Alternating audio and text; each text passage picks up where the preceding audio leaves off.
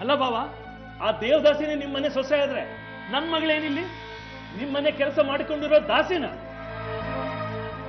ಏನಣ್ಣ ಇದು? ಹೂವಿನ ತರ ಸಾಕಿದ್ವಿ ನಮ್ಮ ಮಗಳನ್ನ, ನಿಮ್ಮನೇಲಿ ಚಪ್ಪಲಿ ಕಾಲಲ್ಲಿ ಅವಳನ್ನ ಹೊಸ ಹಾಕ್ತಿದ್ದೀರಲ್ಲ.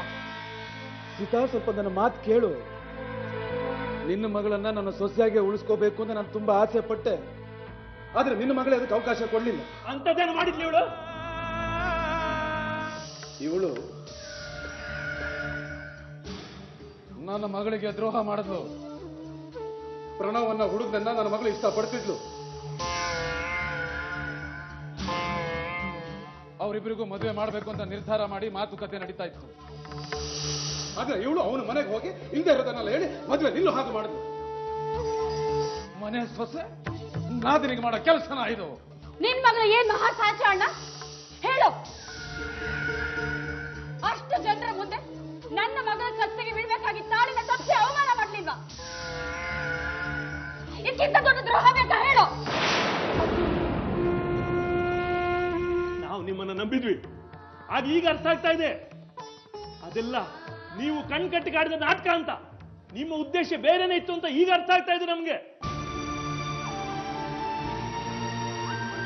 ಚಿನ್ನಯ್ಯ, ಆಗೋ ತಪ್ಪಾಗಿದೆ ನಿಜ. ಅದನ್ನ ಸರಿಪಡಿಸ್ಕೊಳ್ಳೋದು ನಮ್ಮ ಕೈಯಲ್ಲಿದೆ. ನಿಮ್ಮ ಮಗಳು ನನ್ನ ಮನೇಲೇ ಇರಲಿ. ನನ್ನ ಮಗಳು ಅಂದ್ಕೊಂಡು ಎಲ್ಲ ಖರ್ಚು ವ್ಯವಸ್ಥೆ ನಾನೇ ನೋಡಿಕೊಂಡು ಅವಳಿಗೆ ಬೇರೆ ಮದುವೆ ಮಾಡಿ. ಧರ್ಮಯ್ಯ, ಕೇಳಿದೆ ಅವನು ಹೇಳೋದನ್ನ?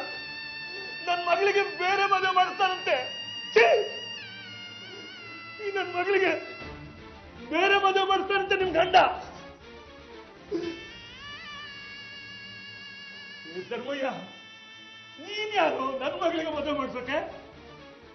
ಆಗಿರೋ ಮದುವೆನ ನಿಭಾಯಿಸೋ ತಾಕತ್ತಿಲ್ಲ ನಿನ್ಗೆ. ಬೇರೆಯವ್ರ ಮಗಳಿಗೆ ಮದುವೆ ಮಾಡ್ತಾರಂತೆ. ಮದುವೆ ಅದನ್ನ ಹೇಳೋಕೆ ನೀನೇ ಬೇಕಾ?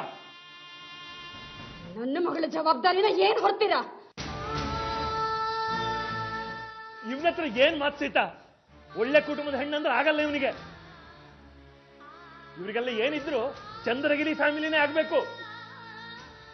ಎಷ್ಟಂದ್ರು ನಿಮ್ಮ ಅಣ್ಣಂದು ಹರಾಜ್ ಹಿಡಿಯೋ ಮನೆತನಲ್ವಾ?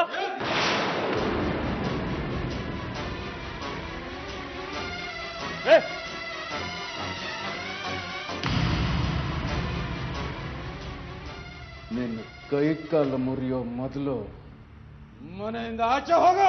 ಧರ್ಮಯ್ಯ, ನಿನ್ ಮನೆಯಲ್ಲಿ ಊಟ ಹೊಡ್ಕೊಂಡು ಕೂರಕ್ ಬಂದಿಲ್ಲ ನಾನು. ನಿನ್ ಮನೆಯಲ್ಲಿ ಬಿಟ್ಟಿ ಕೂಳ್ ತಿನ್ನೋಕೆ ನಾವೇನು ದೇವದಾಸಿ ವಂಶನ? ಸೀತಾ ನಡಿಯಮ್ಮ. ಅರ್ಚನಾ ನಡಿಯಮ್ಮ. ಇಲ್ಲಪ್ಪ, ನಾನು ಇಲ್ಲೇ ಇರೋಳು.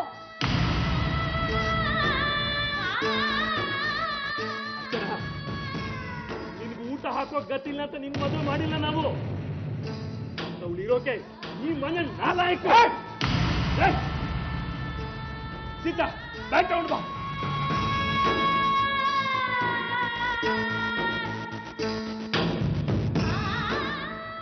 ಸೀತಾ,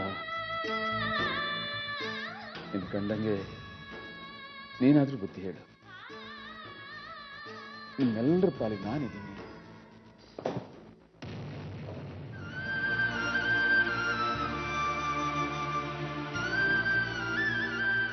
ಉದ್ಧಾರ ಆಗೋದಿಲ್ಲ ನೀನು. ನೀನು ಉದ್ಧಾರ ಆಗೋದಿಲ್ಲ, ನಿನ್ನ ಮನೇನೂ ಉದ್ಧಾರ ಆಗೋದಿಲ್ಲ.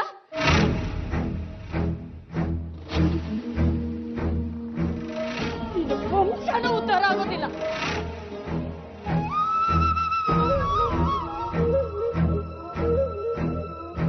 ನನ್ನ ಹೊಟ್ಟೆ ಉರಿಸಿದ್ಯಲ್ಲ, ನಿನ್ನ ಹೊಟ್ಟೆಗೂ ಬೆಂಕಿ ಬೀಳಲಿ.